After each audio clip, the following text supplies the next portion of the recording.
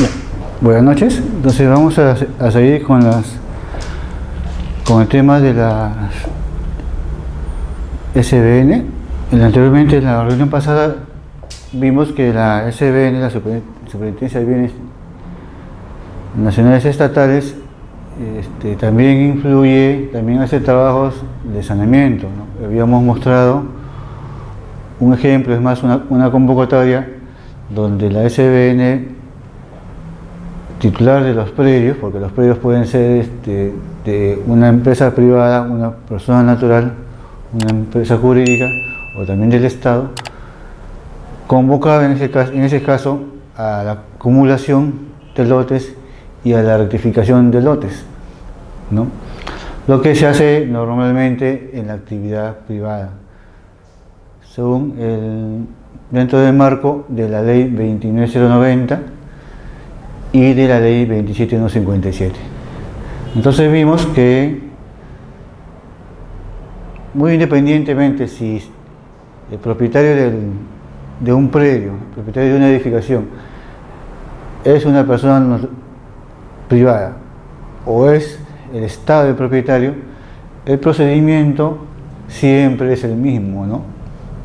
Siempre es el mismo para regularizar o para seguir el camino normal de la 29090, ¿no? Entonces vimos en los formularios de licencia, vimos en los formularios de conformidad de obra y en el formulario de regularización con la 27157 que no había ninguna diferencia, ¿no? Si es que era el predio propiedad del Estado o propiedad de una persona natural, una persona jurídica, ¿no? Entonces, vamos a seguir con este tema de la SBN, pero ahora enfocado a lo que es la venta. Enfocado a lo que es la venta, repitiendo. Para ello es necesario ver una base legal, la cual nos va a orientar, nos va a ubicar dentro del marco donde nos podemos desempeñar, donde nos podemos desenvolver para vender, transferir de alguna manera un predio el cual tiene como propietario al Estado. Vemos por ejemplo la ley de promoción de la inversión privada en las empresas del Estado, porque el Estado tiene empresas. Por ejemplo, Petroperú es una empresa estatal. Antiguamente había muchas más. Minero Perú en época del gobierno militar, muchas empresas que eran del Estado. Inclusive la empresa Aeroperú, empresa de una línea aérea, ¿no?, era parte del patrimonio del Estado. Entonces veamos el artículo primero. Declárase de interés nacional la promoción de la inversión privada en el ámbito de las empresas que conforman la actividad empresarial del Estado. O sea, el Estado también tiene actividad empresarial, ¿no?, como cualquier persona privada, ¿no?, cualquier empresario privado, cualquier persona natural. El Estado también va a desempeñar una actividad empresarial. Para estos efectos de la ley, entiéndase por inversión privada aquella que proviene de personas naturales o jurídicas, nacionales o extranjeras, públicas o privadas, distintas del Estado peruano, de los organismos que integran al sector público nacional y las empresas del Estado. Entonces vemos que la inversión puede provenir de personas naturales, jurídicas, extranjeras o nacionales, públicas o privadas. Entonces vemos que el Estado permite la participación de la empresa privada. Todo esto, como lo comentamos inicialmente, dentro de la ley de la promoción privada en las empresas de Estado. Vamos a a ver algunos otros ítems legales.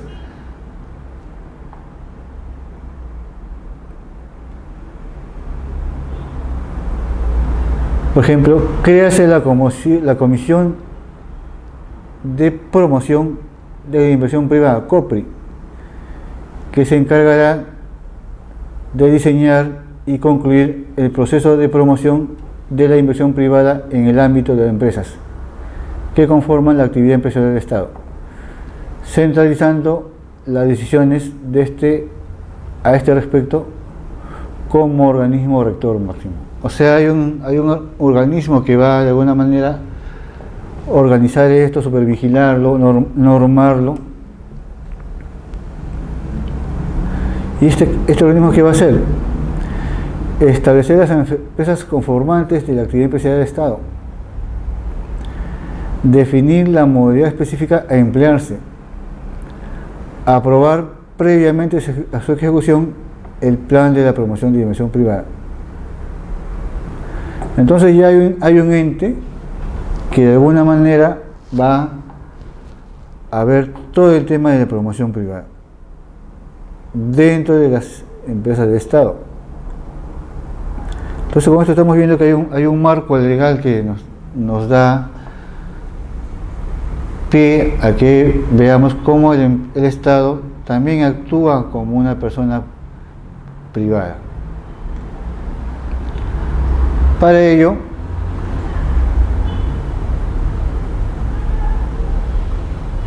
nos vamos a remitir a este documento. Sistema Nacional de Bienes Estatales. La Ley 29151.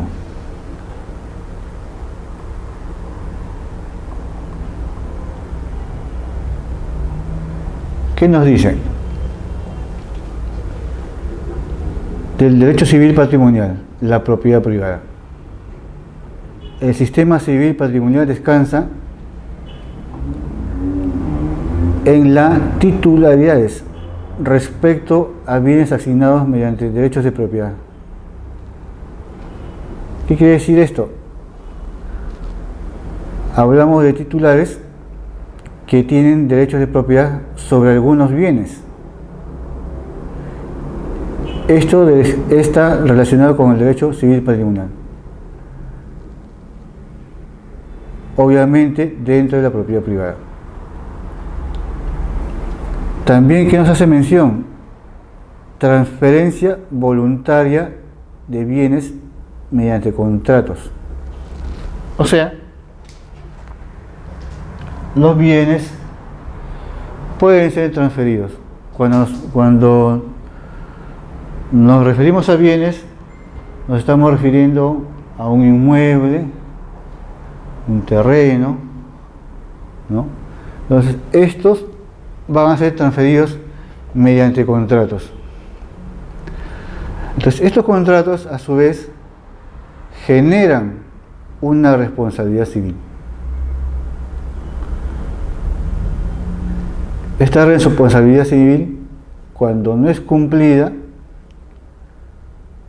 genera el daño.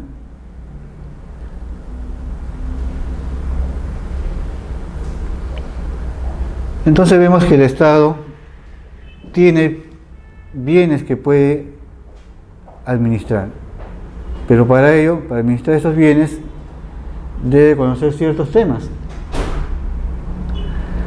Debe conocer temas de implicancia en lo que es el derecho civil, ¿no? Porque se va a mover, por ejemplo, a un inmueble en función al derecho civil.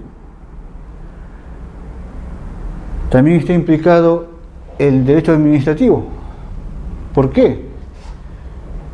Porque estas transferencias,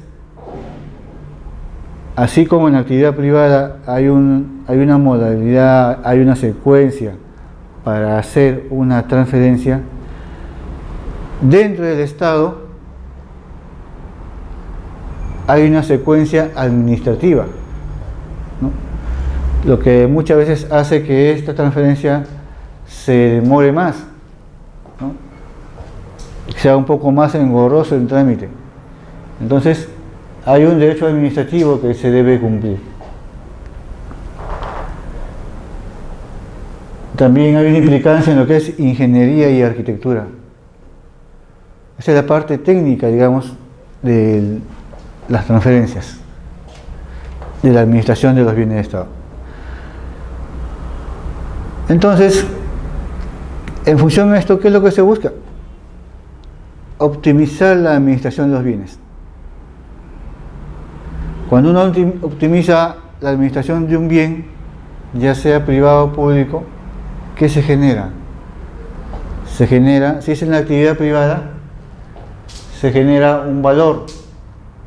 Si yo administro correctamente un edificio, si yo administro correctamente una serie de propiedades, digamos por ejemplo, una galería, dentro de la administración yo tengo un buen mantenimiento, cumplo con todos los requisitos que las ordenanzas municipales me piden.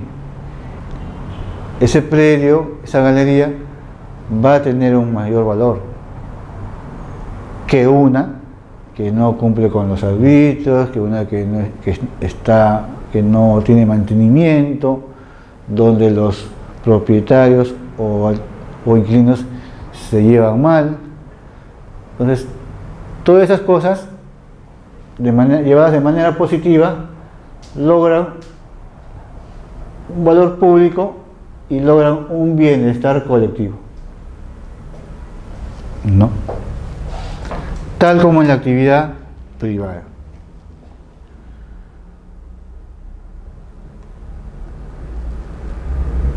El Estado busca principalmente generar valor público en el manejo de los bienes de los ciudadanos en general. ¿Por qué se busca esto? Porque si tenemos el Estado tiene un bien que tiene mayor valor público, el erario nacional también aumentaría, ¿no? Imaginemos que, o en la realidad, el Estadio Nacional es parte del erario nacional. Imaginemos que el estadio está deteriorado, que no cumple con los requisitos internacionales de seguridad, no cumple con las medidas que las asociaciones de fútbol, por ejemplo, piden. Entonces, ese estadio se va a devaluar, se ha deteriorado. Entonces, ese valor en detrimento de quién va, al final va en detrimento de todos. Por eso se dice generar valor público, bienestar social en el manejo de los bienes de los ciudadanos en general. ¿Por qué? Porque esos bienes al final son parte de la propiedad de todos. Por ejemplo, vemos un terreno abandonado.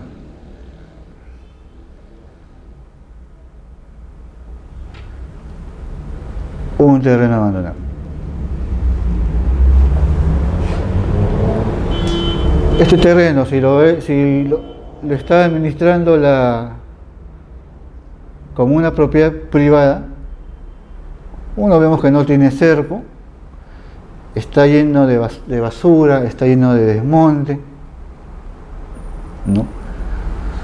A lo mejor puede tener problemas en su inscripción registral, a lo mejor puede estar invadido por alguien, ¿no? A lo mejor el vecino ha tomado parte del terreno y ha cercenado la propiedad. Entonces, todos esos elementos hacen que este terreno abandonado tenga un costo menor.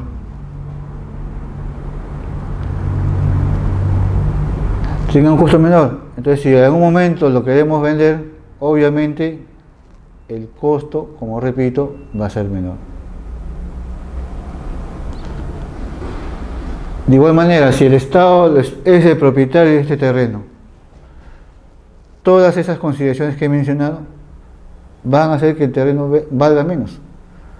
Vale menos, y el perjudicado al final, ¿quién va a ser? Va a ser el Estado, y en consecuencia vamos a ser nosotros.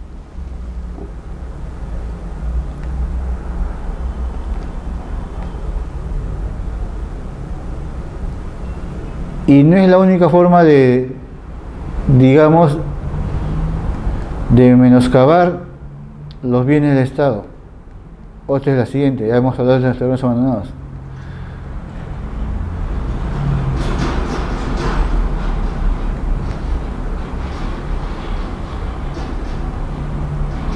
Por ejemplo, un edificio que vale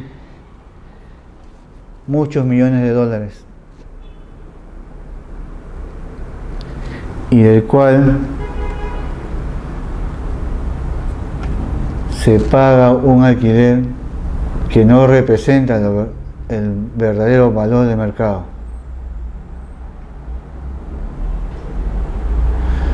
Este ejemplo, vemos, es una edificación de 1, 2, 3, 4, 5, 6, 7, 8, 9, 10, 11, 12, 13 pisos. 13 pisos. Y tiene un alquiler de $20.000. 13 pisos, si lo dividimos, no salen ni $1.500 por piso. Lo que es el valor de una tienda en Gamarra.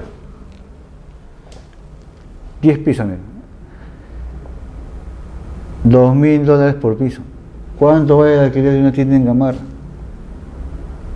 Mientras acá en promedio es $2.000 por piso.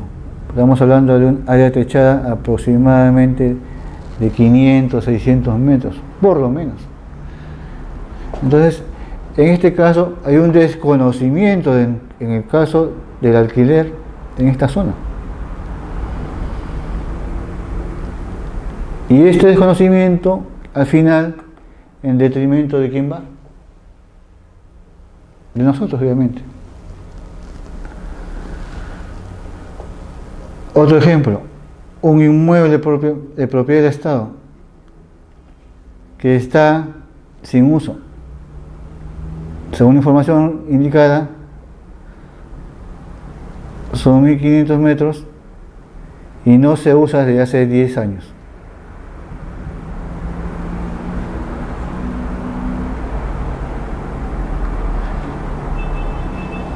Entonces, también, ¿qué vemos en este caso? También hay una pérdida. Una pérdida, ¿por qué? Porque estamos dejando, el Estado está dejando de ganar algo. Podría venderlo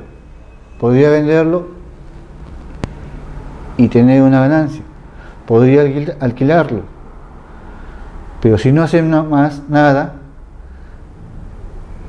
aparte de no ganar, está perdiendo, porque tiene que darle mantenimiento a este edificio durante 10 años. Una pintada, una limpieza, guardianía, por decir, lo menos que se me ocurre.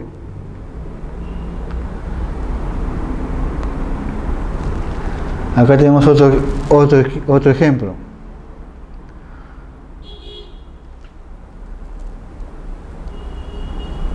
Una edificación en La Molina.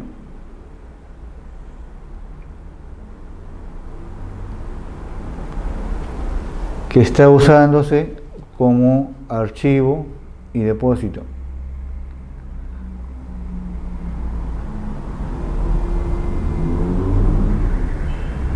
Con ese precio de venta, pero tiene un uso ineficaz.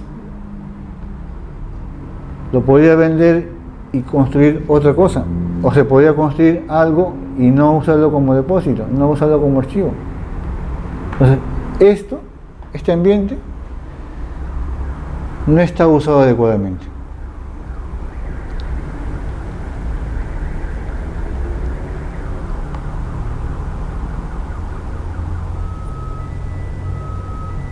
Administración inadecuada.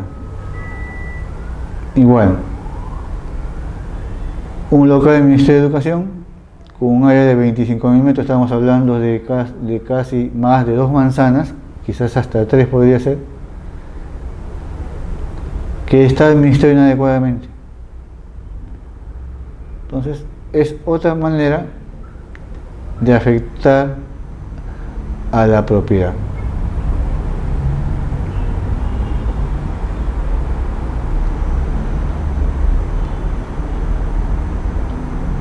Por ejemplo, en este caso, afectaciones a la propiedad estatal. Una prescripción de una zona en playa. ¿Se puede hacer prescripción en una zona en playa? Imposible. Entonces, son elementos que nos hacen notar que de alguna manera el Estado no ha actuado de manera adecuada. Falta de corazonamiento es lo que estábamos viendo en la primera parte, en nuestra reunión anterior, donde el Estado estaba buscando sanear una propiedad. Muchas propiedades que están así sin sanearse no tienen su valor adecuado, no están valorizadas como debe ser, entonces todo esto va en detrimento de las propiedades que puede tener el Estado. También un catastro inadecuado causa detrimento. ¿Por qué? Primeramente, ¿por qué? Uno, porque no sabemos qué es lo que tenemos. Porque si supiéramos lo que tenemos, podríamos indicarle un tributo municipal adecuado. Si supiéramos lo que tenemos, podríamos darle un uso adecuado a la tierra, un uso adecuado a los predios y saber con qué infraestructura contamos y cuál es la infraestructura que nos falta. No creceríamos de manera desordenada. Si no hacemos, por ejemplo, topografía, no sabemos dónde se pueden ubicar las poblaciones. Muchas veces ha pasado, y lo vivimos cada año en los meses de febrero y marzo, en la zona de Chosica, el tema de los denominados huaicos. Por no haber hecho un estudio adecuado de la topografía,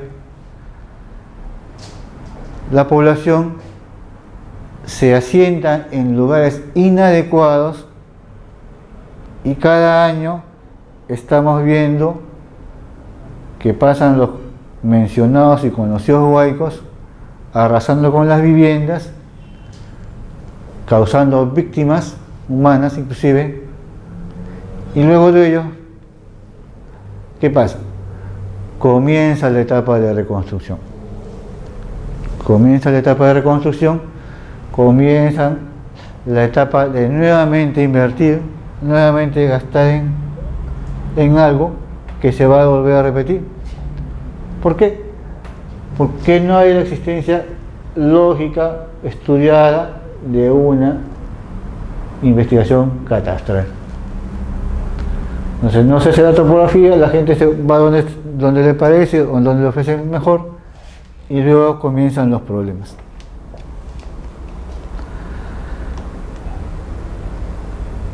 Entonces estamos viendo cómo son elementos que de alguna manera influyen en la actividad de venta del Estado.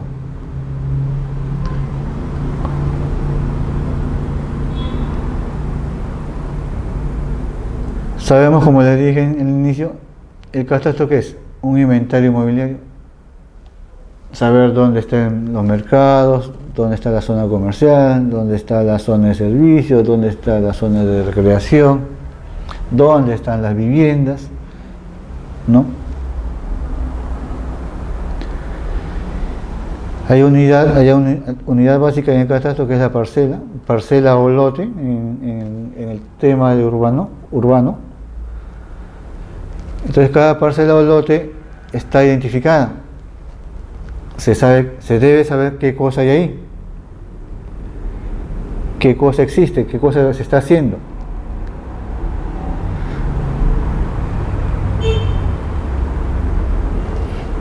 Entonces, como en esta vista aérea se supone que cada lote, cada manzana debería estar identificada la topografía, debería estar identificado cada uno de los predios que existen abajo para que sea parte del catastro.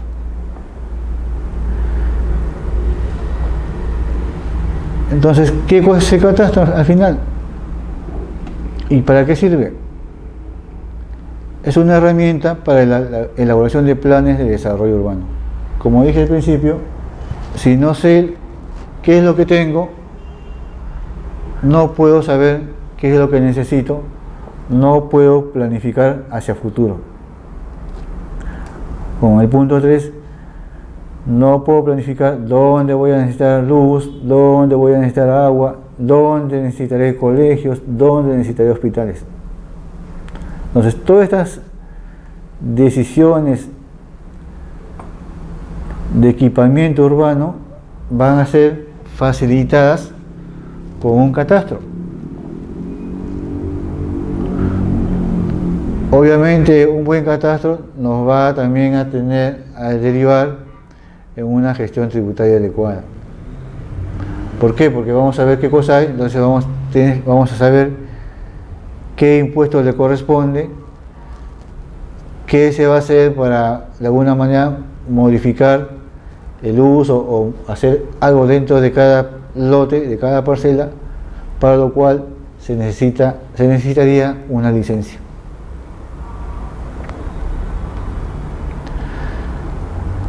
Entonces el catastro es importante.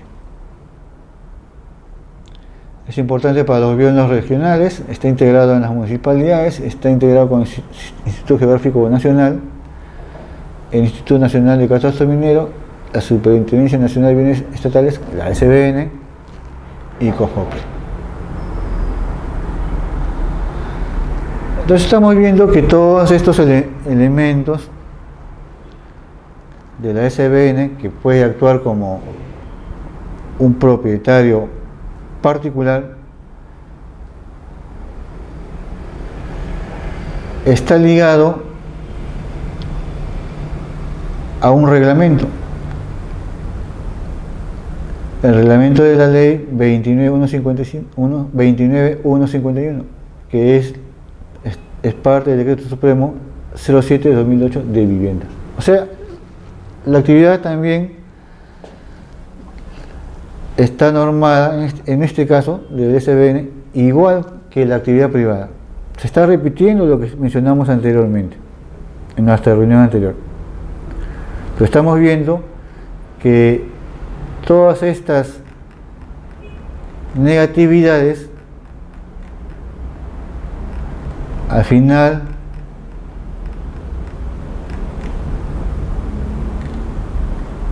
afectan el valor de los predios. Afectan el valor de los predios, que al final afectan el valor de las propiedades del Estado y en consecuencia el valor que esa propiedad no tiene o deja de tener también afecta a la población. Todo está ligado.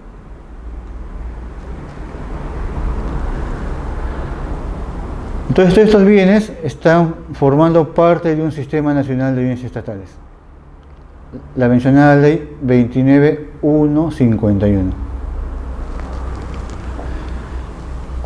Es un conjunto de organismos, garantías y normas que regulan de manera integral y coherente los bienes estatales en sus niveles de gobierno nacional, regional y local, a fin de lograr una administración ordenada, simplificada y eficiente, teniendo a la SBN como ente rector, ¿no?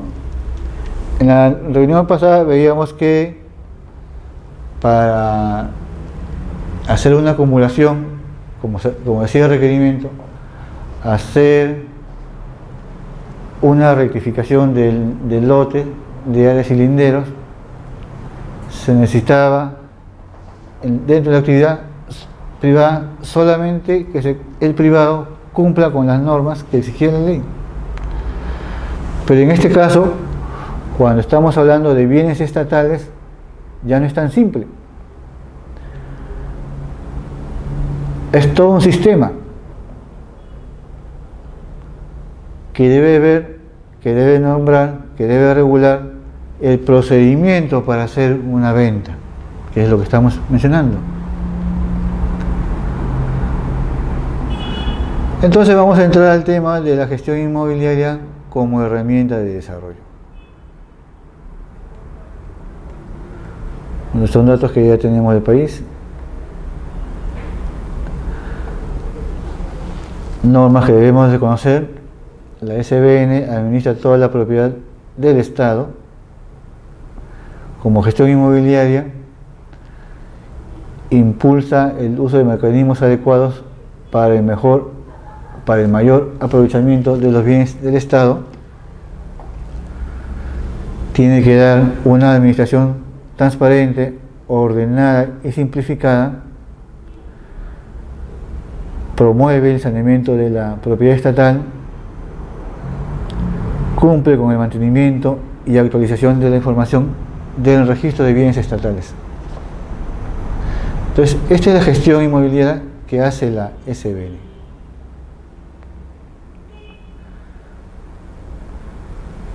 Como le decía al inicio, en la actividad privada es el mismo propietario el que puede ver cómo hace su gestión. Es el mismo propietario el que puede de alguna manera acortar los tiempos. Pero dentro de la administración del Estado hay que buscar mecanismos para el mayor aprovechamiento de los bienes del Estado. Hay que buscar de alguna manera que el bien estatal sea de mayor provecho. También se debe tener una administración transparente, ordenada y simplificada. ¿Para qué? Para que cualquier persona que entre a la administración, pues, o necesite información, lo pueda observar, pueda saber de qué se trata, pueda ser a la vez ordenada y simple. No va a ser algo engorroso, que es lo que pasa en la actualidad. También la SBN promueve el saneamiento de la propiedad estatal. Lo que vimos en ejemplo de la semana de la reunión anterior, ¿no? Se estaba saneando en ese caso 5 lotes, si más no recuerdo, o 6 lotes eran.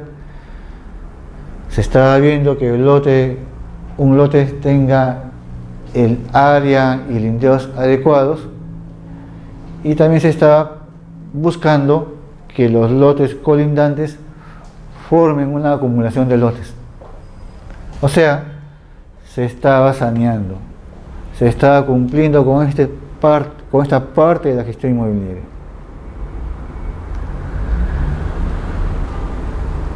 Cumplir con el mantenimiento y actualización de la información de registros de bienes estatales. Claro, porque hay muchos bienes que no tienen mantenimiento, que también no se sabe si son de quién, no se sabe si es la propiedad del Estado, si la propiedad es de un privado. Entonces, parte de la gestión inmobiliaria de SBN es el mantenimiento y actualización de la información de los registros de los bienes estatales. Por ejemplo, cuando uno va a registros públicos y hacer una búsqueda catastral, la información básica que se requiere es un plano con las coordenadas UTM del mismo. Entonces, muchas veces la respuesta que nos emite la SUNAR nos puede hablar que si el lote tiene superposición, si es un lote que está adecuadamente registrado, pero a veces también no responde, o la mayoría de veces no responde con un texto. Nos dice que ellos están en SUNAR está en permanente actualización de la información. Está en permanente actualización de esa información, porque hay muchas zonas que no tienen información, que no se sabe a ciencia cierta cuáles son sus características, cuáles son sus datos. Entonces, SUNAR, tomando como referencia la información que se le está brindando, va actualizando sus datos. Entonces, a esto se refiere este punto. Actualización de la información del registro de bienes estatales. No solamente de los privados, sino de los bienes estatales.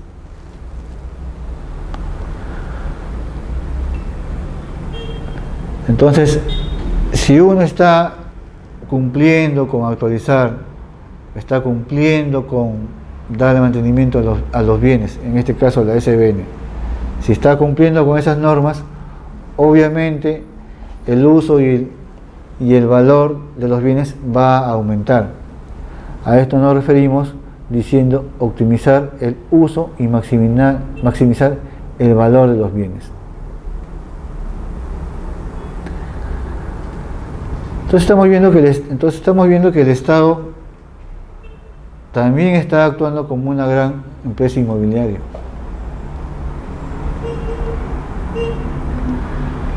Y para ello vamos a desarrollar algunos temas, unos puntos que el Estado, a través de la SBN, realiza en su gestión inmobiliaria.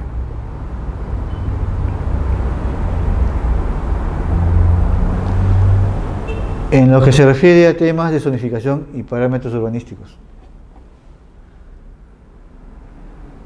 las municipalidades son competentes para establecer la zonificación y uso del suelo.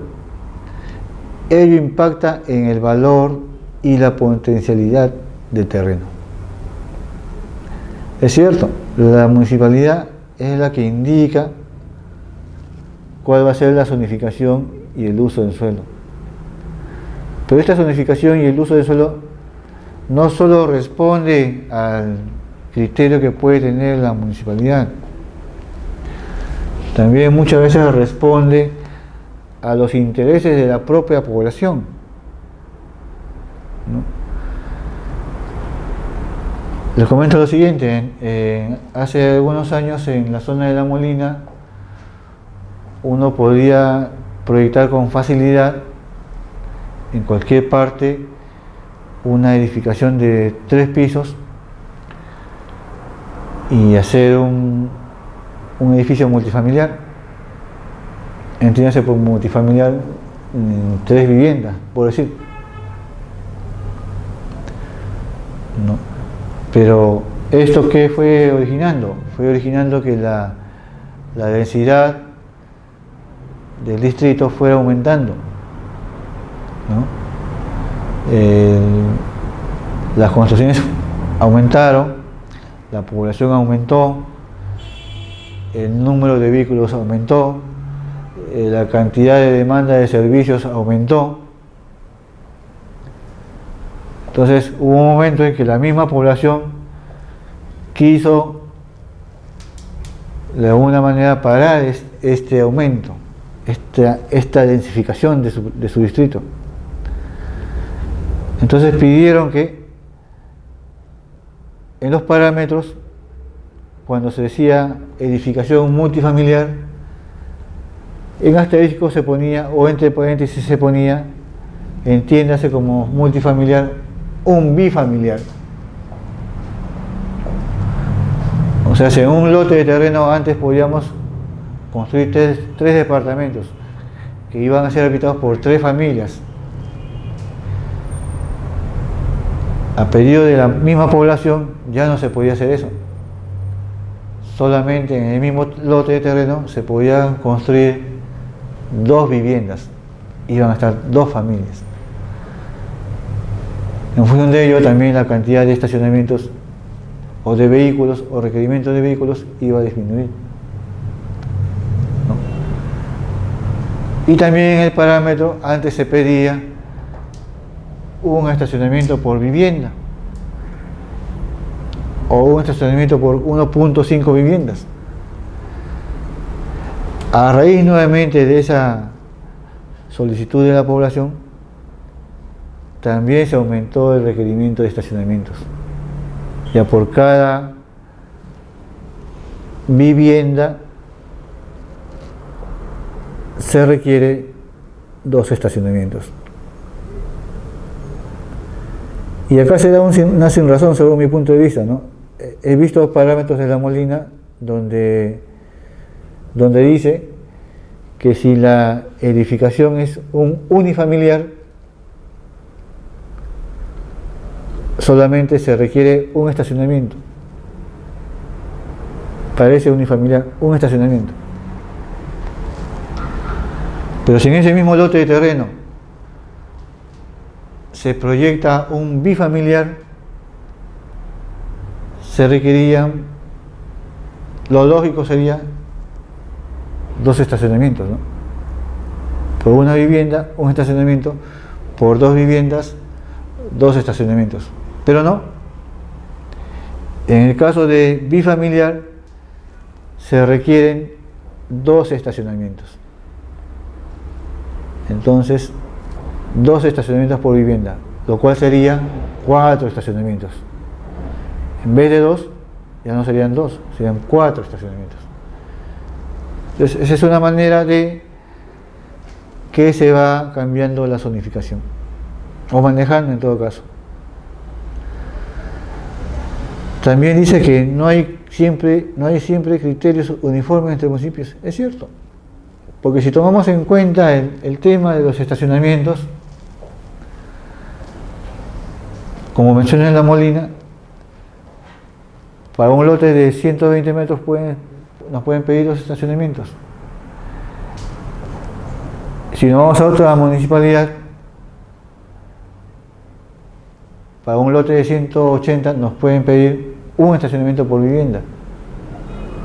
Si nos vamos a Surco, a lo mejor por ese mismo lote nos pueden pedir 2 estacionamientos por vivienda.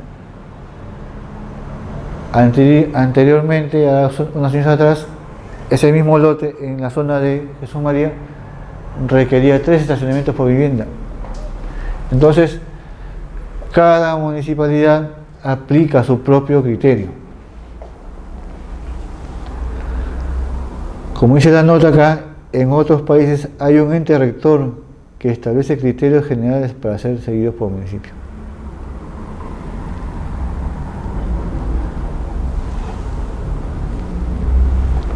Aparte de ellos, en la gestión inmobiliaria del Estado, aparte del tema de la zonificación, aparte del tema de los parámetros, hay otros criterios. Hay el criterio de la renta, hay el criterio de la plusvalía,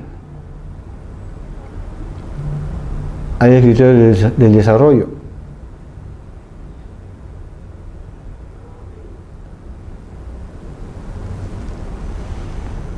Con estos criterios podemos ver si yo alquilo o vendo algo que me puede generar un flujo económico.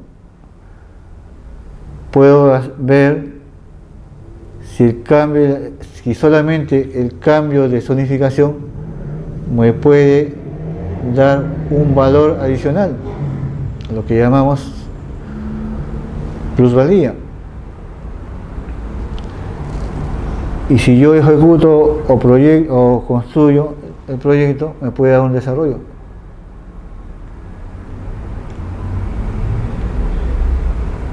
Entonces estamos viendo que la SBN para el tema de transferencia de ventas tiene diferentes criterios, ¿no?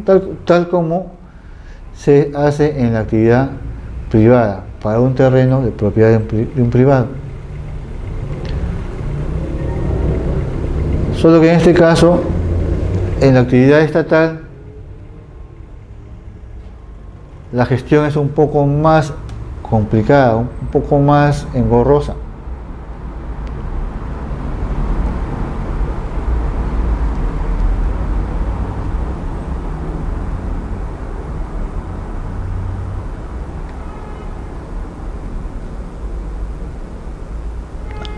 Estamos viendo este diagrama, que hay una metodología para el tema de transferencias.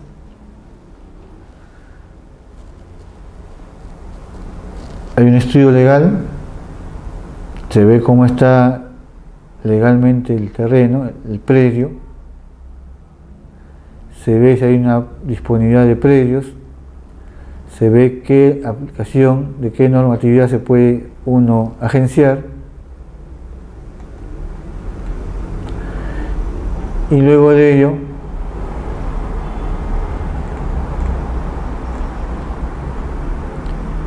se comienza con la parte operativa. Un informe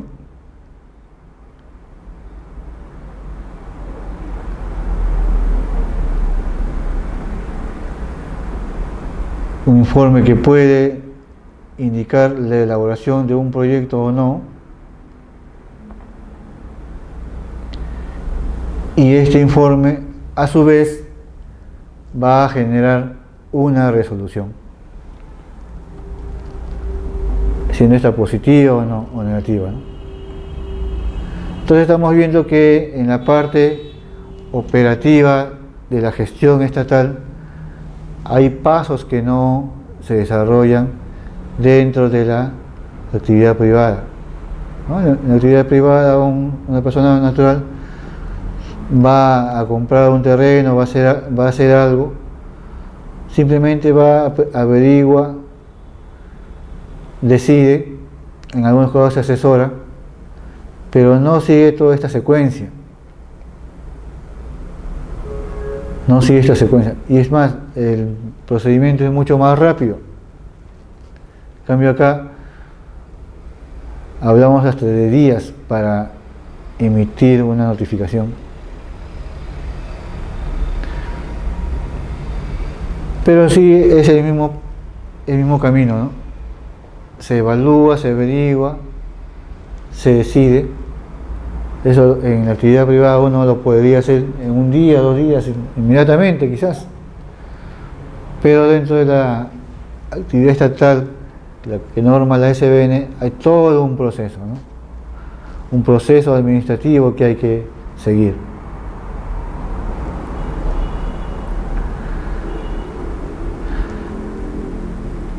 Entonces el Estado, para poder disponer de un predio, tiene que sanearlo. Básicamente tiene que sanearlo. Quizás en el caso que vimos en la anterior reunión sobre esos terrenos, esos predios que se iban a sanear, a lo mejor se iban a sanear porque ya iban a ser materia de una transferencia patrimonial, una transferencia inmobiliaria, una venta quizás. Entonces, como dice acá, ¿cuáles son los requisitos básicos para efectuar procedimientos de disposición?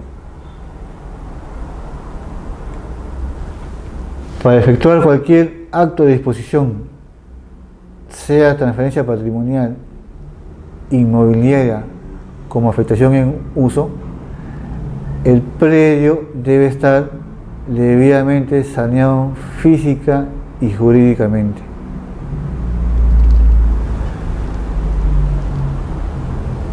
Jurídicamente debe estar independizado, o sea, debe ser libre, debe ser uno solo, ¿no? No debe estar relacionado con otros.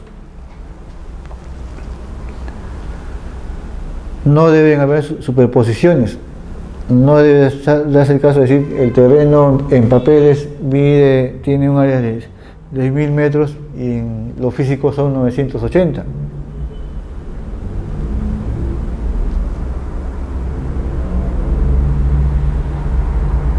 Con esa toma que vimos de ese terreno abandonado, a lo mejor ese terreno podría haber sufrido un corte, ¿no?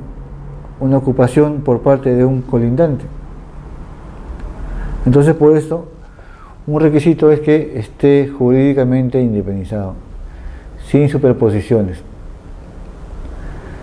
Y en lo físico, en lo tangible, debe estar desocupado,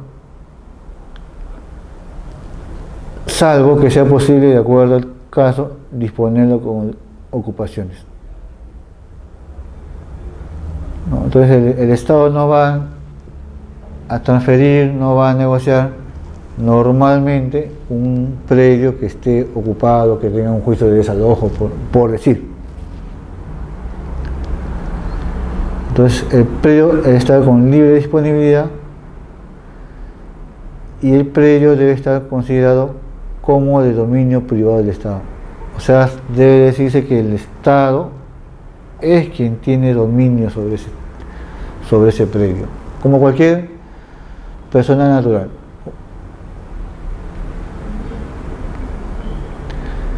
Entonces, ¿cuáles son los procesos que se pueden hacer? Ya hemos visto que la SBN administra de alguna manera los predios en concordancia, en coordinación con otros entes estatales, como un ministerio, por decir, ¿no? Como la Fiscalía, por decir. Hemos visto que los predios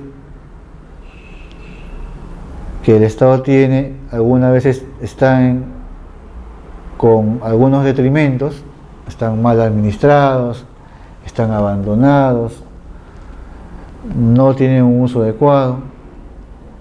Entonces, también hemos visto que hay unos procedimientos básicos, ya sea en la parte legal, en la parte técnica. También hemos visto que hay unos procesos operativos para poder disponer de ellos. Entonces, en función de esto, ¿cuáles son los procesos que se pueden hacer? Se puede hacer una permuta predial. Una permuta predial. ¿Qué es eso? Que el Estado transfiere a un tercero parte de su propiedad, totalmente, también puede ser parte totalmente de su propiedad, de su dominio sobre esa propiedad, pero a la vez recibe otro. O sea, es como un cambio. Te doy algo, te doy un terreno y tú me das también un terreno, ¿no? O te doy una casa y tú también me das una casa. O sea, estamos permutando, estamos transfiriendo. Yo le transfiero como Estado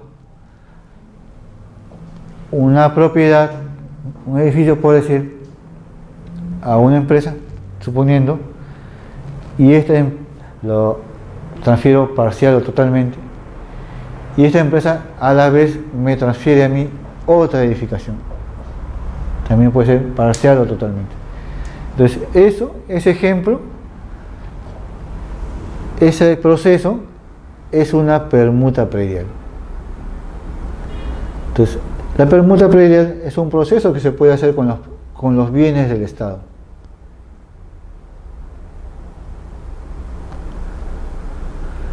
Entonces, en la permuta predial, ¿quiénes se benefician?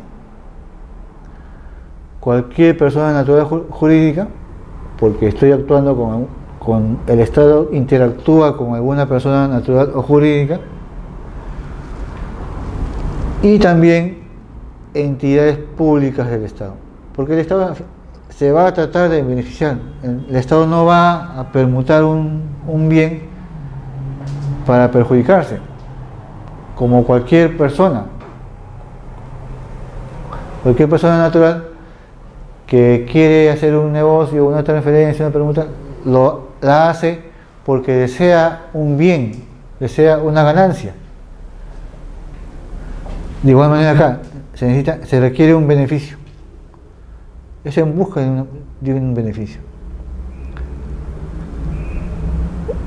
con la finalidad de transferir o adquirir una propiedad. Entonces, para la permuta predial hay algunos criterios.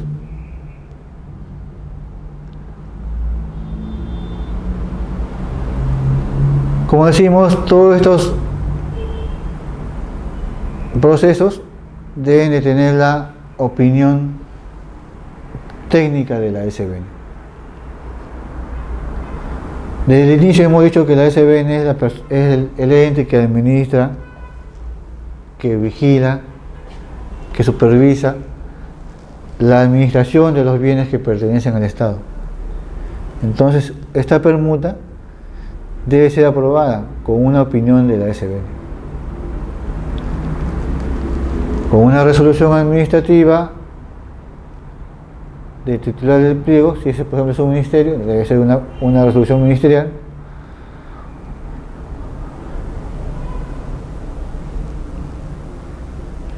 o si estamos hablando de otra entidad, con la autoridad máxima. Si por ejemplo hablamos de una municipalidad,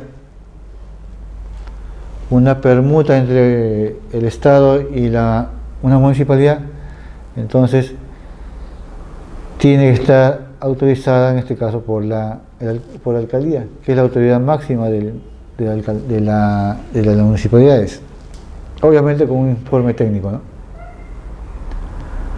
Otro criterio es que el Estado no puede recibir en permuta un valor cuyo valor comercial sea inferior en un 20% al valor comercial del bien que se entrega.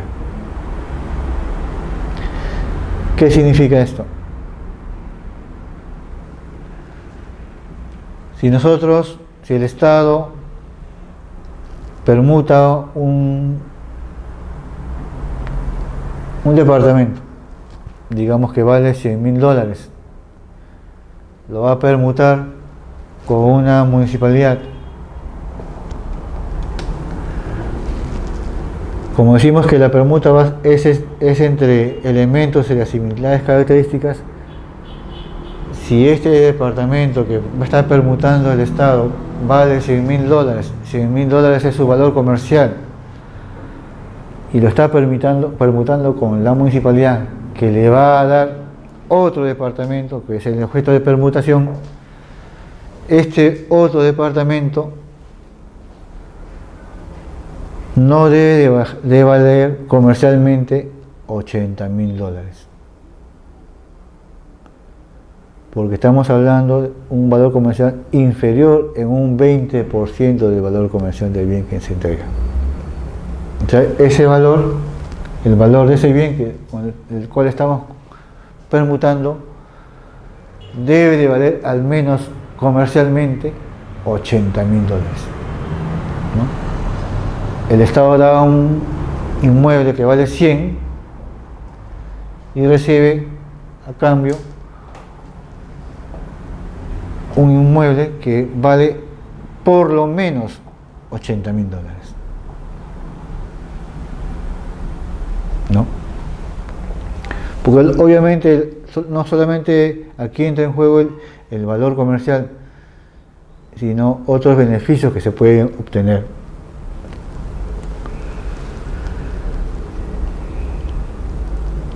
Tratándose de la permuta entre entidades públicas, de existir diferencia entre el valor comercial de los inmuebles a permutar, operará la compensación de la diferencia. O sea, casi es imposible de que en una permuta ambos elementos tengan el mismo valor, ¿no? Pero en entidades públicas, cuando hay esa diferencia, va a haber una compensación. Ojo que aquí la compensación que se menciona no dice que sea económica, no dice que sea una compensación económica. Puede ser una compensación inclusive hasta de servicios, ¿no? O sea, no nos centremos a que todo está en función del tema económico. También se pueden aprobar permutas en terrenos calificados como aporte reglamentario, previa desafectación. ¿Qué es esto? ¿Qué son los aportes reglamentarios? aquí estamos hablando permuta en terrenos calificados. Ya hemos comentado anteriormente sobre el tema de las habilitaciones urbanas. ¿Qué es una habilitación urbana? Es convertir un terreno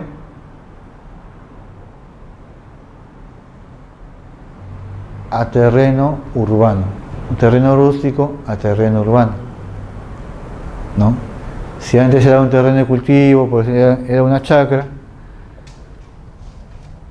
llegado el momento, ya esta chacra desaparece y da origen a una urbanización. Entonces, para hacer esto, hay que hacer una habilitación urbana. Entonces, este terreno, suponiendo que estemos hablando de un terreno de 10 hectáreas,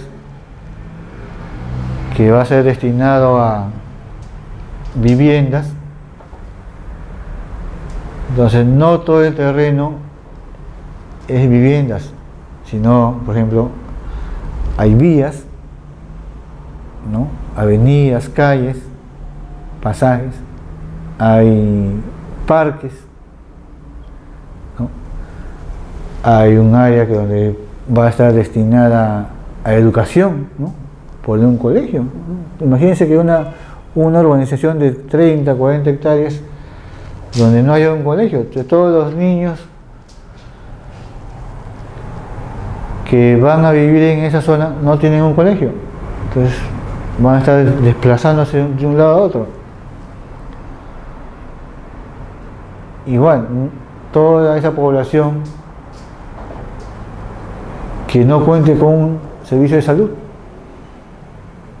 una posta médica, pues, por decirlo, o un parque, pues.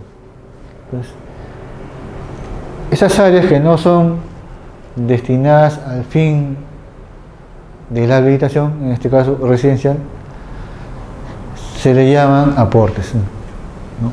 Aportes para educación, aportes para salud.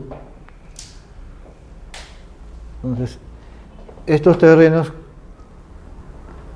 que se califican como aporte también se pueden permutar, pero previa desafectación.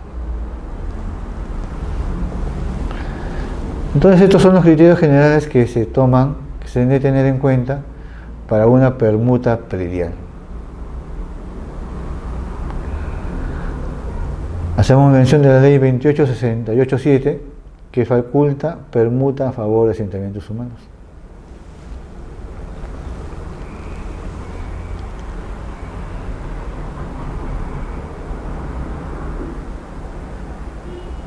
Según ello,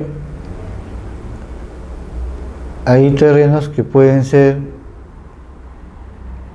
valorizados para convertirse en residenciales, y son los terrenos que están ocupando los asentamientos humanos.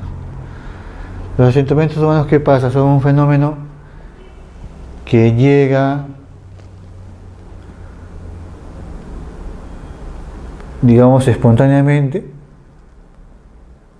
Llega un grupo de habitantes a una determinada zona, un terreno que es, digamos, eriazo de cultivo, y se asientan ahí. Como son personas que lo hacen sin ningún tipo de asesoría técnica, muchas veces se asientan, lotizan su terreno a su criterio, a su buen saber, y olvidan o no saben que deben dejar terrenos, parte de su terreno, para los determinados aportes. Entonces, con esta ley, la 28.68.7, se permite que los asentamientos humanos permuten esos terrenos que no están separando para que sigan siendo parte del asentamiento. Es por eso que muchas veces vemos en un asentamiento humano que no hay un colegio, no hay una posta de salud, y esta luego sale, pero ya se nota que no es parte de una planificación, ¿no? Estas salen ya de manera obligatoria, ¿no? Además, a veces vemos que si los asentamientos humanos tienen lotes de 90 metros, sale por ahí pues un lotecito que ya iba a ser vendido, pero lo convierte en un colegio, ¿no? Entonces, la figura es media forzada, pero así forzada está dentro del marco legal. Entonces ya hemos visto que el Estado puede permutar sus terrenos, ¿no? Sus propiedades, no solamente terrenos. Ahora vamos a ver que el Estado también puede vender predios.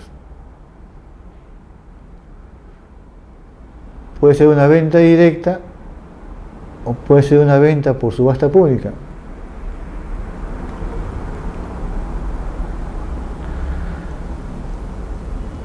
Hay que ver algunas anotaciones iniciales para ponernos dentro del marco de la ley. Entonces nos damos cuenta que la venta puede ser otorgada a favor de una persona natural, una persona jurídica, de derecho privado o una entidad pública. O sea, una entidad pública también puede comprar un terreno de Estado. No se debe tener impedimento para contratar con el Estado. Según esto, una persona que tenga un juicio con el Estado, podría hacer un negocio con el Estado.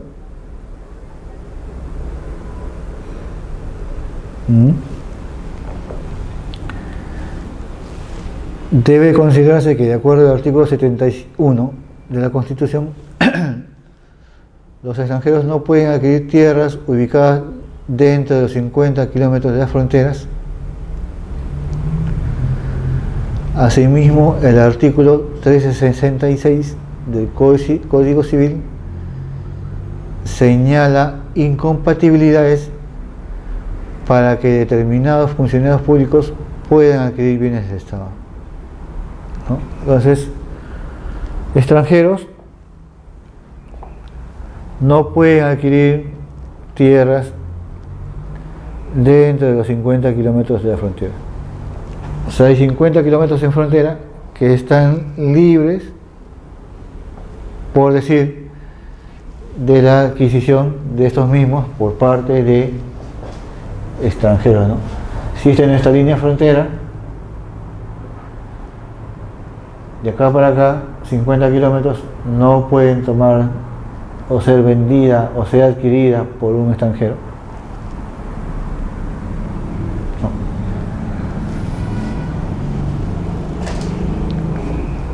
Después, funcionarios públicos, determinados funcionarios públicos no pueden adquirir bienes del Estado. Algunas puede ser porque pueden tener algún tipo de información confidencial. Algún funcionario puede tener información confidencial sobre algún terreno que en algún momento lo va a hacer muy atractivo económicamente y puede, en función a esa información, utilizar una venta, hacer una compra, ¿no? Para un beneficio mayor. Entonces vamos a hablar sobre la venta directa.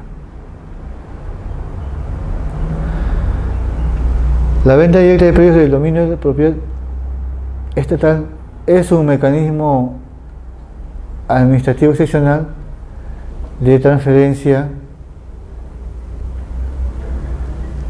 que opera en casos expresamente establecidos en el artículo 77 del Decreto Supremo 07 de 2008 del Ministerio de Vivienda. O sea, hay una base legal para la venta directa. Como vemos, la SBN nuevamente está enmarcando dentro de una base legal las ventas, ¿no? Como sabemos, la SBN es la entidad que va a administrar, va a coordinar todo lo referente a en este caso, a la transferencia de inmuebles. Y vemos que se cumple, ¿no? Hay una base legal con la cual se puede recurrir.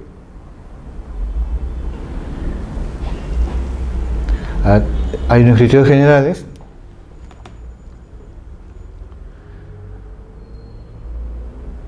La solicitud de venta directa debe ser presentada ante la entidad propietaria del bien.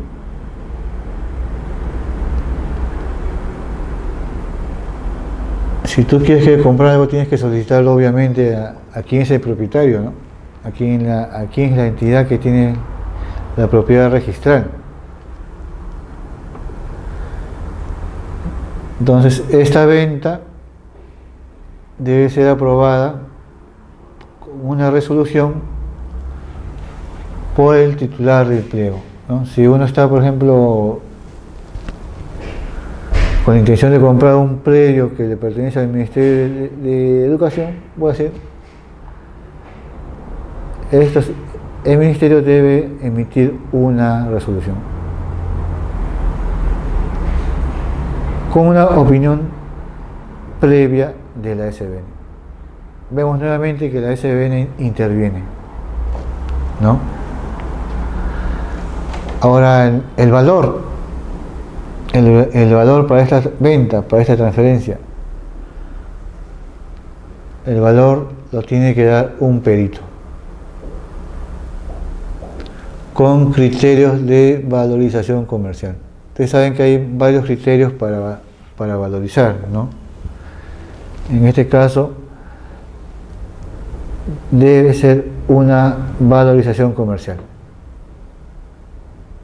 ¿no? Pues yo puedo valorizar un predio en función a la tabla de costos unitarios, puedo valorizar un predio en función a los tributos que da, ¿no?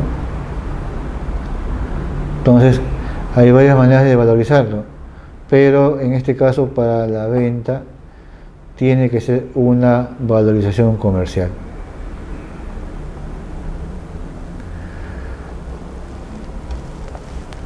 Entonces, la venta directa se puede hacer en determinados casos.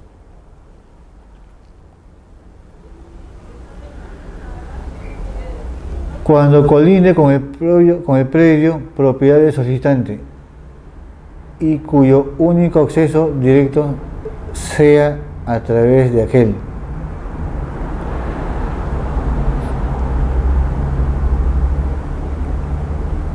¿Qué significa esto? Que cuando el solicitante colinda con el predio que se desea adquirir.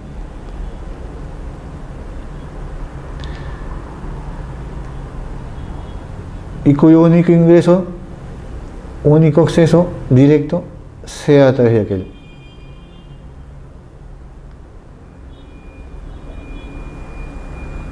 También una venta directa se puede proceder cuando la finalidad es ejecutar un proyecto de interés nacional o sectorial, cuya vialidad haya sido calificada y aprobada por el sector competente. Por ejemplo, un proyecto de interés social nacional lo tenemos en las edificaciones que están hechas con el plan de mi vivienda, ¿no? Entonces, si uno desea hacer o ha deseado hacer un proyecto acogiéndose al programa Mi Vivienda y requiere un terreno de determinadas características que es propiedad del Estado, en este caso procede la venta directa.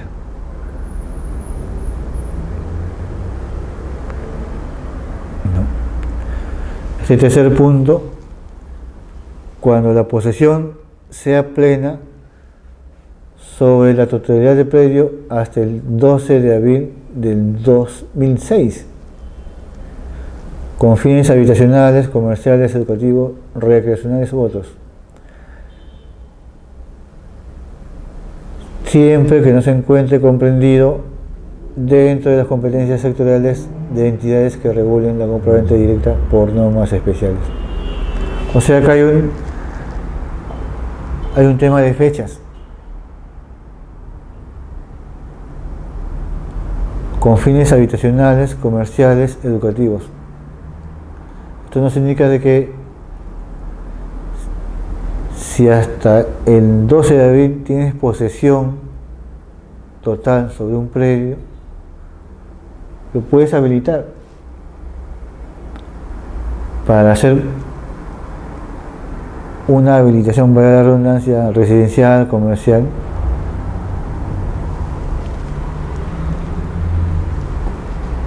y otros supuestos regulados por leyes especiales. Estos ya son casos específicos. Entonces hemos visto los casos en que procede la venta directa. Ahora vamos a ver el procedimiento propiamente dicho. Como se mencionó, hay que presentar una solicitud, hay que indicar el precio,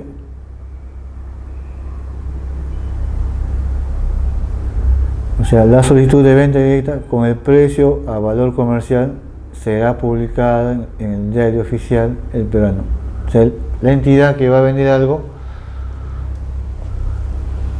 indica que lo va a vender, el precio con el valor comercial, y es publicada en el diario oficial del Peruano y otro de mayor circulación en la región, así como en la página web de la SBN. Así como vimos en esa publicación del requerimiento de saneamiento inmobiliario, igual veremos que en la página web se presenta el documento de venta, ¿no? A fin de que cualquier persona, dentro de un plazo de 10 días, puede intervenir mejorando el valor de venta. Si la venta, digamos, de un terreno está en $100.000, el interesado puede decir: no, yo ofrezco $105.000, puede decirle, y adjunto una carta de fianza equivalente al 10% del monto. O sea, si estamos hablando de $105.000, hablamos de una carta de fianza de $10.500 aproximadamente, ¿no?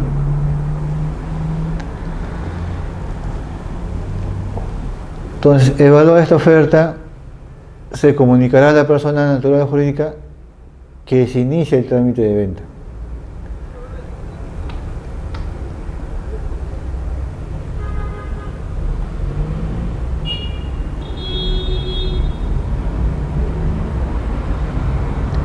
En este caso estamos viendo que también se da una opción a que se mejore la oferta del solicitante, si es que hay ya más de uno, ¿no?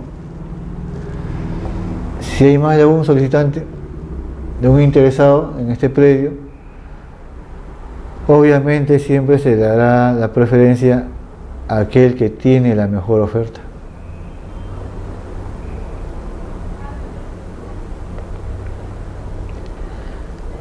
Entonces, para la venta directa hablábamos que se debe tasar un inmueble, ¿no? Hablábamos de valor comercial. ¿Y esto quién lo hace? Un tasador, un perito tasador. Entonces, para ello, el perito toma en cuenta la zonificación, el entorno, la ubicación, la topografía del terreno, la potencialidad de este mismo que puede haber, ¿no? Porque un terreno en esta actualidad, sigamos con el ejemplo del terreno, en este momento un terreno tiene mayor valor digamos, en la zona de Surco que en la zona del Agustino, ¿no? Entonces, la ubicación nos da una referencia para el valor, ¿no?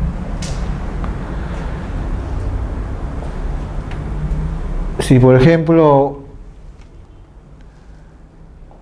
el terreno está en la punta de un cerro o está en desniveles, esto también va a valorarse, ¿no? Esto también va a influir en el precio del terreno. Si estamos, por ejemplo, con un terreno que está rodeado de todos los servicios, tiene un mercado, tiene un centro comercial, un cine, fácil de acceso a una iglesia, tiene vías de tránsito que acceden a diferentes lugares de la ciudad. Entonces, esta ubicación también, estos valores, estos potenciales también influyen para el valor del terreno. Un estudio de mercado, claro, obviamente, si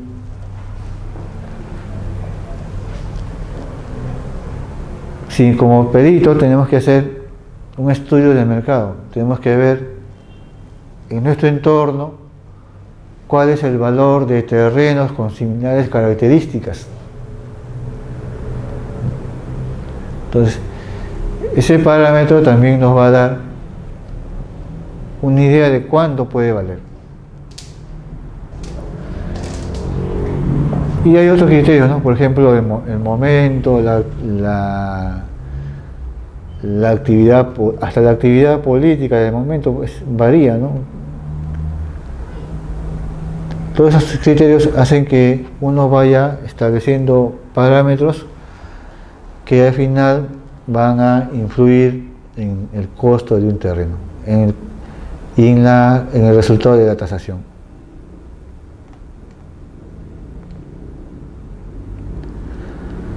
Entonces vemos que una vez que ya se efectúa la venta, como decimos siempre inicialmente, y recalcando, la SBN tiene una participación, ¿no? Tiene una participación en la administración, tiene una participación en la coordinación, tiene una participación en los procedimientos. Entonces, como tiene una participación, lo lógico es que también tenga una participación en las ganancias.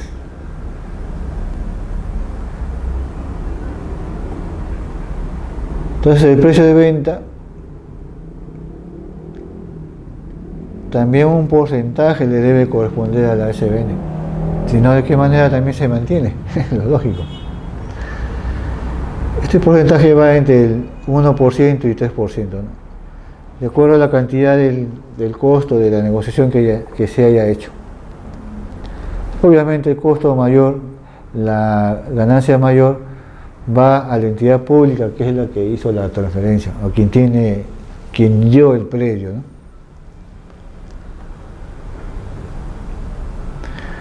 Entonces, en síntesis, ¿qué podemos decir de la venta directa? Es un procedimiento excepcional,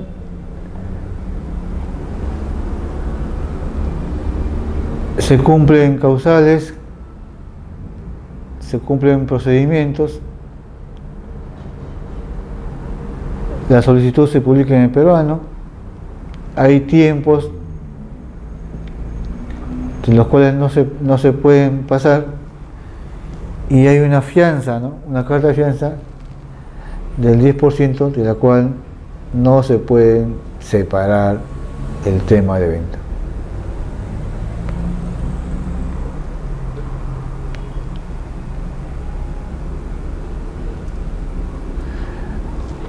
Además, podemos señalar que es un procedimiento que permite a particulares adquirir propiedades directamente del Estado.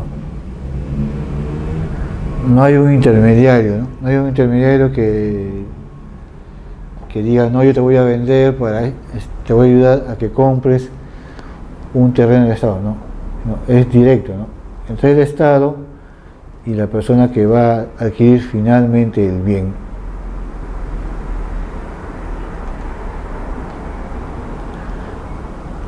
Aquí estamos viendo ejemplos de ventas directas.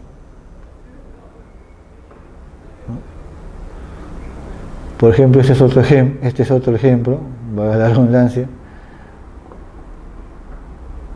para un proyecto turístico en Piura.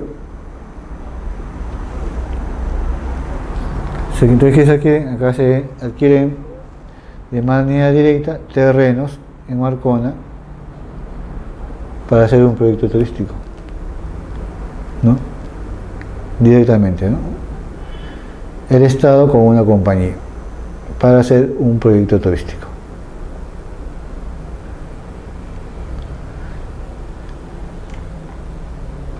¿No? Entonces vemos que es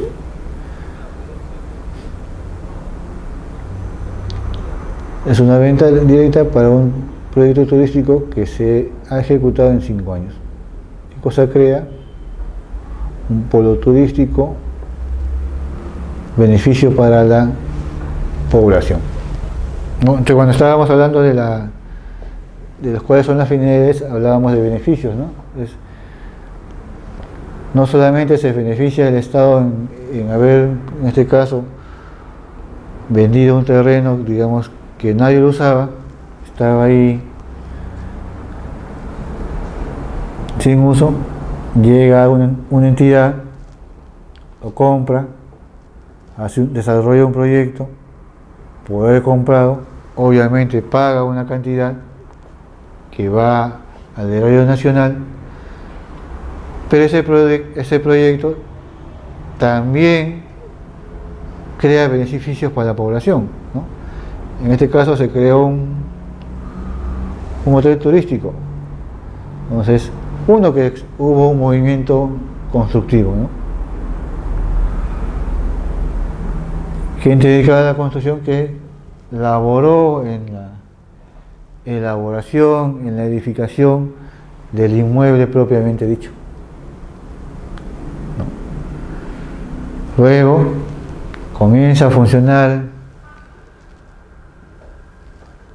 el hotel y este requiere obviamente personal.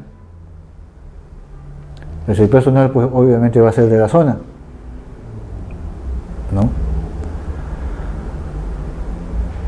Este hotel va a requerir servicios, ¿no? Va a demandar, por decir, alimentos. ¿Dónde los va a adquirir? También en la zona. Entonces se está creando un polo de desarrollo, un elemento que desarrolla a la población. Entonces, mediante la venta directa inicialmente se beneficia el Estado y luego la población. Hay un beneficio en 2 etapas. Esto es de acuerdo al sistema de venta directa. Ahora hay otra modalidad. La subasta pública de inmuebles por la SBN. Vamos a leer algo para enfocarnos de qué estamos hablando y cuáles son los objetivos. Optimizar su ejecución obteniendo la mayor cantidad de ingresos por concepto de venta de predios, reduciendo los costos administrativos para el Estado, y todo esto en el marco de la política de reforma y modernización de la gestión estatal.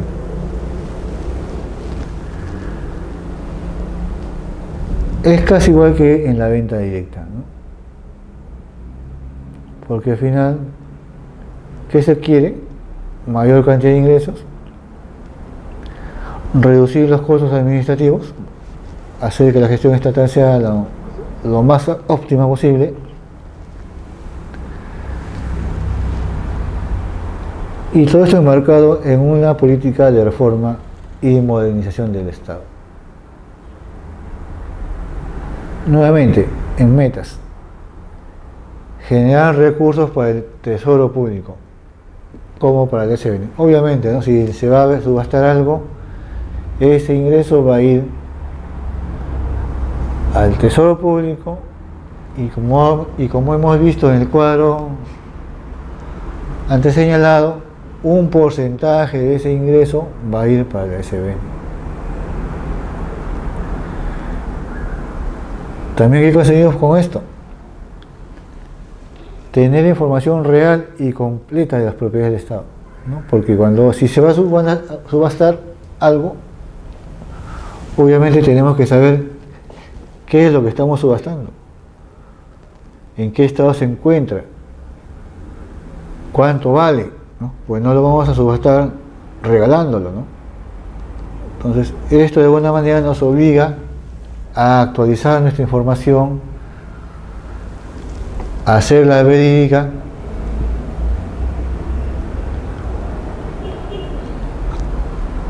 también tenemos el punto de ejecutar procedimientos de subasta pública de manera transparente y fluida,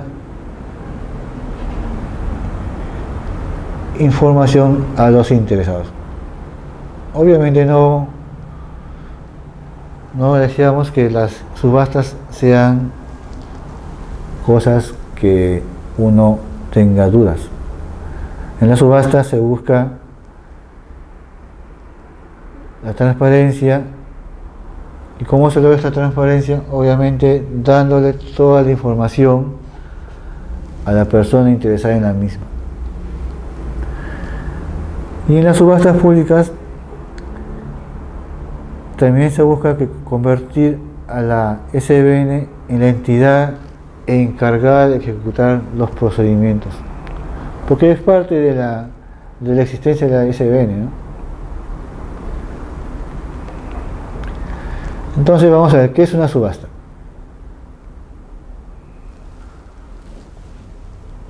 Ya hemos hablado de la permuta, hemos hablado de la venta directa y ahora de la subasta. Entonces, la subasta es un mecanismo de compra o venta que tiene un conjunto de reglas.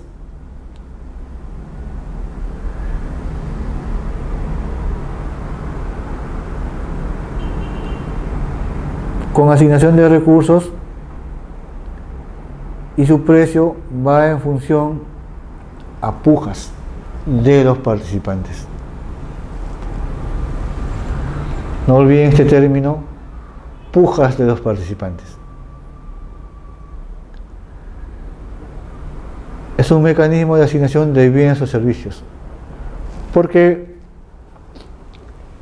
no solamente se va a subastar cosas tangibles, predios, sino también se subastan servicios.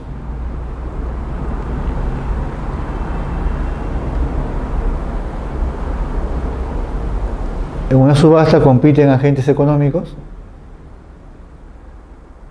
se obtiene un ganador y un precio, y hay una existencia de información asimétrica.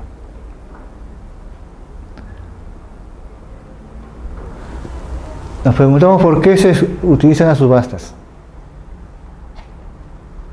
Porque permiten la asignación de los recursos a aquellos que los valoran más. ¿No es cierto? Yo voy a subastar una playa, por decirlo, aunque no se puede, pero voy a subastar el uso de una playa. No la playa, sino el uso. Entonces, con la subasta voy a saber quién valora más el uso de esa playa, quiénes de los participantes valoran más el uso de esa playa.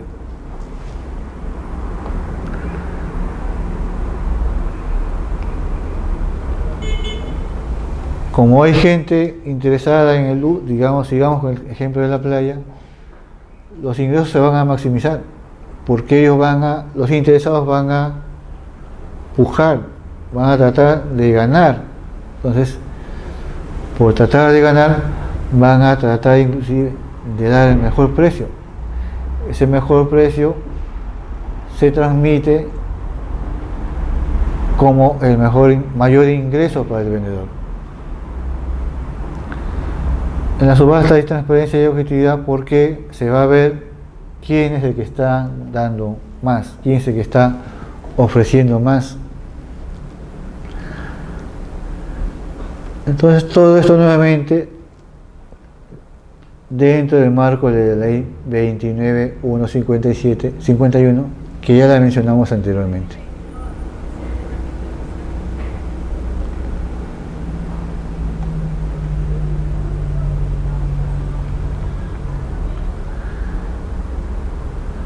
Entonces hay modalidades para hacer una subasta.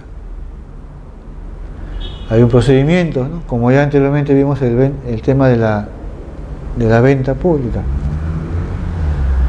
Cuando se subasta, se presenta un sobre cerrado por el 6% del valor establecido y luego puja a viva voz. Hay un valor establecido, digamos un predio que se está subastando a $100.000, yo me presento o el interesado se presenta acompañado de un sobre cerrado con el valor del 6%, con la cantidad de valor del 6% del valor establecido. O sea, si cuesta $100.000, con $6.000. Y se inicia el proceso de puja. Sobre el precio base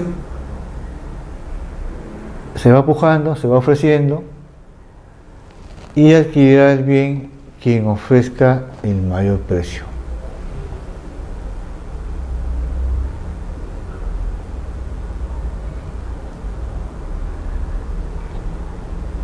Dentro de este procedimiento, para la aprobación de la compra-venta por subasta, debe ser hecha por una resolución emitida por el titular del pliego. Como mencionábamos anteriormente, si el titular el vendedor, por darle el término, es el Ministerio de Educación, entonces debe haber una resolución emitida por el Ministerio de Educación, firmada por el Ministerio de Educación, obviamente con una opinión técnica de la SBN. Y la convocatoria de esta subasta debe ser publicada a través de la página web de la SBN y además acompañada de otras publicaciones, como se mencionó anteriormente, en un diario de consideración nacional o regional, ya sea el caso, ¿no?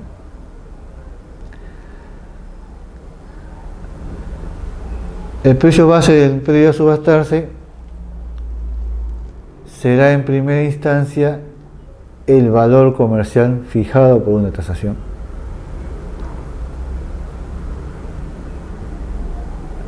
Entonces, como decíamos anteriormente, se tasa un predio, ¿no? Ya hemos hablado de las consideraciones que existen para una tasación comercial, ¿no? La ubicación, los beneficios, qué es lo que tiene, su entorno, ¿no? El valor de predios similares dentro de ese entorno, cosas así.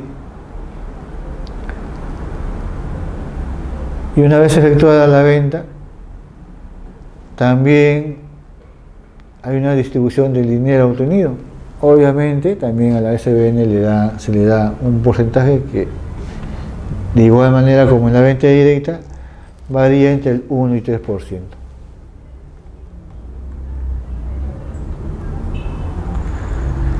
Entonces, sintetizando en lo que es la venta por subasta pública, que se busca un proceso transparente, se busca que sea el mayor precio de venta. Se busca que todas las ventas sean publicadas en la página web.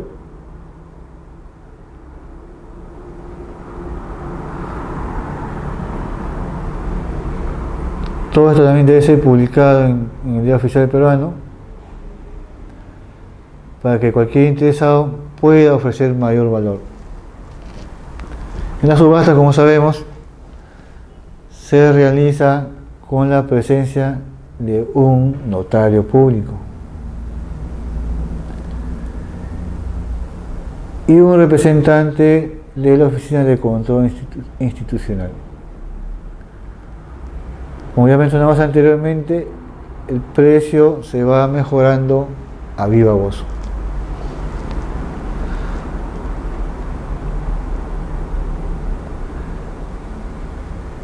Todas las ventas se efectúan o se valorizan, se sacan en función a un valor comercial. Y los precios, las tasaciones, deben ser hechas por empresas tasadoras privadas, reconocidas en el mercado, y que también son designadas por concurso público, ¿no? Entonces, todo esto en función y con la intención de lograr transparencia dentro de todo el proceso de subasta.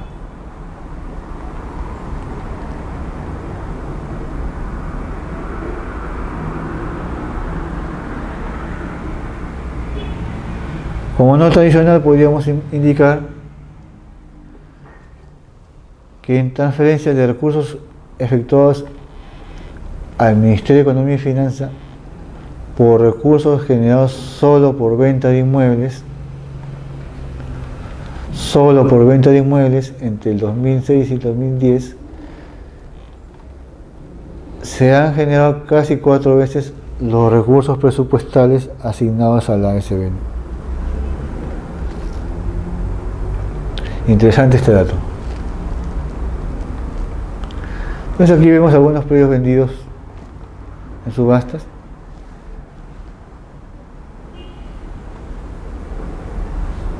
Vemos a una entidad privada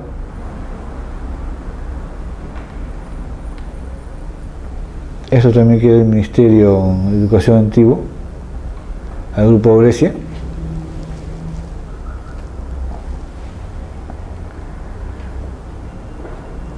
El local de la presidencia del Consejo de Ministros, también transferido a una empresa, Inversiones Paz Soldán.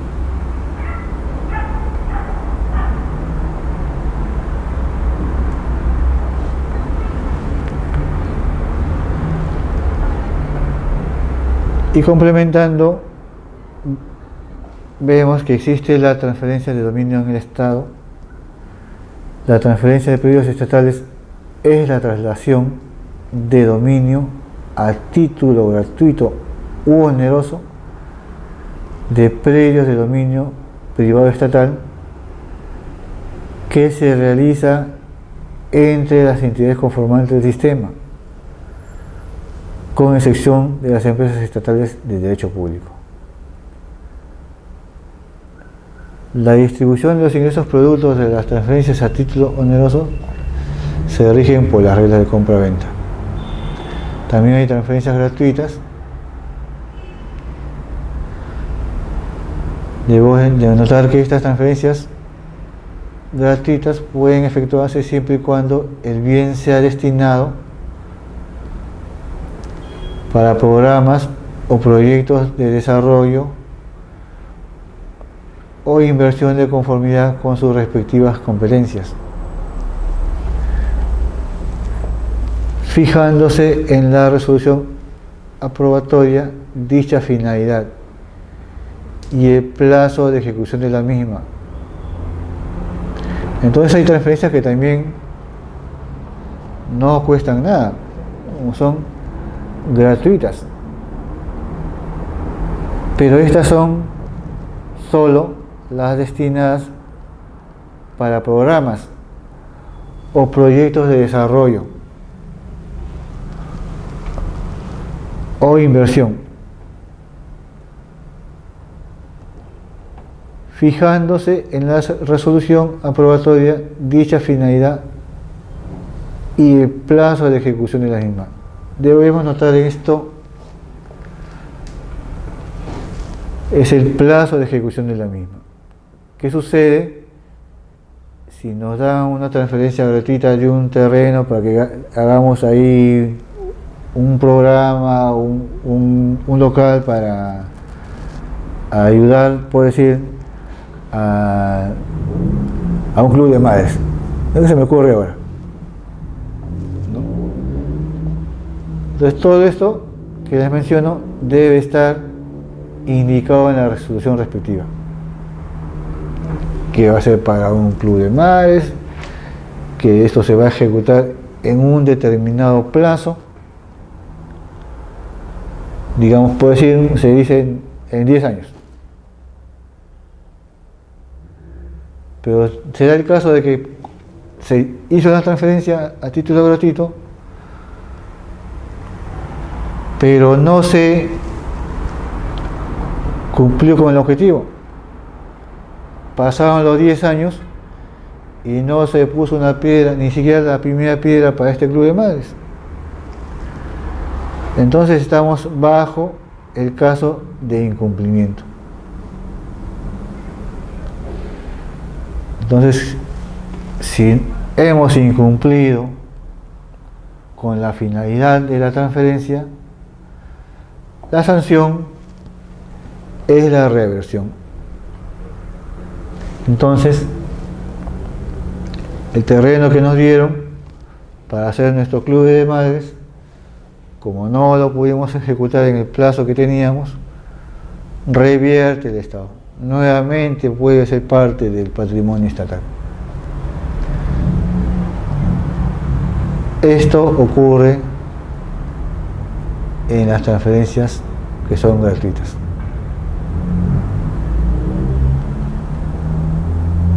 Eso que vemos algunos requisitos cuando interviene la municipalidad, cuando interviene un gobierno regional,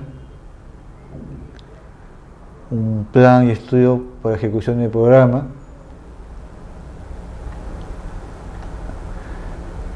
Y aquí vemos algunos ejemplos de predios destinados, ¿no? Entonces este predio se transfirió de manera gratuita para un ministerio.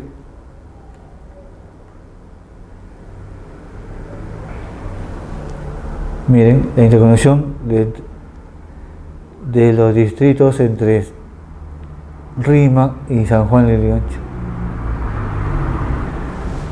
También fue destinado una transferencia. La municipalidad también tenía un tiempo para hacerlo, para cumplirlo. Y se cumplió. Si no se cumplía, eso revertía al Estado.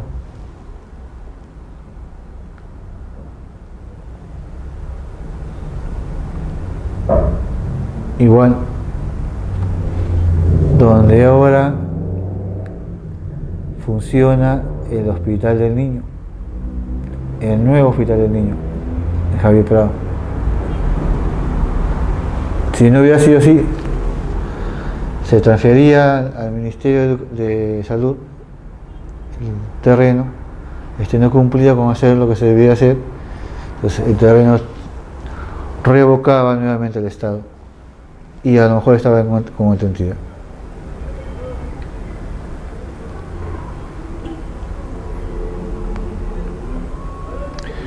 A ver, para terminar, veamos, en los casos que entidades públicas integrantes del sistema evalúen procedimientos de transferencia, permuta, venta directa, venta por subasta o transferencia a favor de entidades, deberán previamente contar con la opinión técnica de la SBN, ¿no? Nuevamente, la SBN es la entidad que va a administrar, a dirigir todo el tema concerniente a las transferencias, ventas, por decir, de predios del Estado. Y no solamente ventas, como ya anteriormente hemos visto, el saneamiento, ¿no? Entonces, cada vez que estamos hablando de un predio del Estado, que este va a ser transferido, va a ser mejorado, va a ser saneado, debe intervenir la SBN. Como una capita aparte, por ejemplo, sabemos que el área de playa, que la playa pertenece a todos, también hay una zona restringida, que son los 50 metros. Esta es la base. Las playas son de bienes de uso público inalienables e imprescriptibles. Hay una zona de playa que es una franja de 50 metros paralela a la línea de marea alta, donde no se debe hacer nada, y hay una franja de 200 metros a continuación de la franja de 50 metros.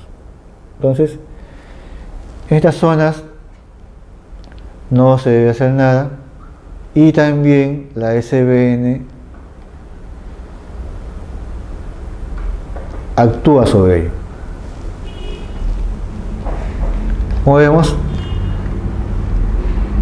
todo lo que es predios, la SBN actúa como un gran propietario, ¿no? En este caso, un propietario público, ¿no? Un propietario privado, una persona natural, administra, vende, sanea los predios de su propiedad. El Estado también hace lo mismo. ¿Y quién es el ente rector que administra, que genera la operación, que vela porque esto sea adecuado de la mejor manera? Es la SBN, ¿no? Con esto hemos terminado el tema de venta, y quería hacerles como una acotación adicional algo que se está dando mucho, es la venta directa. Hay ventas que tienen un procedimiento, un proceso, pero en la actualidad hay otro tipo de ventas. Hay una venta que ya no necesita un ambiente, no necesita un proceso, sino es directo entre quien vende y quien compra. No hay un intermediario. Esto ya, si nos ponemos un poco más acuciosos, nos vamos a fijar en todo el fenómeno de Internet. Vemos que hay páginas web donde podemos acudir para comprar algún producto y directamente nos conectamos con el que lo vende. No hay un intermediario, es más, no hay ni siquiera una oficina. Entonces, este fenómeno ya es conocido como la venta directa y está normado. Es más, hay una entidad que no la estoy buscando en este momento, no sé si la encuentro.